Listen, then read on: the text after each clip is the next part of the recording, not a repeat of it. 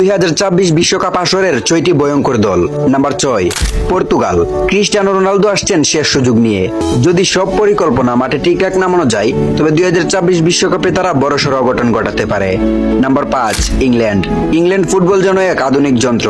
গোল তৈরি, ball control আর মাঠে দাপট, সব মিলিয়ে এই দলটা এখন একটা পূর্ণাঙ্গ সিস্টেম। 2026 বিশ্বকাপে ইংল্যান্ড ভালো কিছু করতে পারে। Number 4, Spain. যদি নীরব বিপ্লব নামে কোনো কনসেপ্ট থাকতো, তবে সেটা এই দলের জন্যই তৈরি হতো। তাদের ফুটবল যেন পেইন্টিং, ধীরে ধীরে অথচ নিখুঁত। 2026 বিশ্বকাপের অন্যতম ফেভারিট একটি টিম স্পেন। Number 3, Argentina. এই দলটা এখন আর শুধুমাত্র আবেগ নয়, এটা এখন এক পরিপক্ক শক্তি। প্রতিপক্ষ জানে এই দলকে হারানো মানে মানসিক যুদ্ধ হেরে যাওয়া। তাই 2026 বিশ্বকাপের অন্যতম ফেভারিট এবং ভয়ঙ্কর একটি দল আর্জেন্টিনা।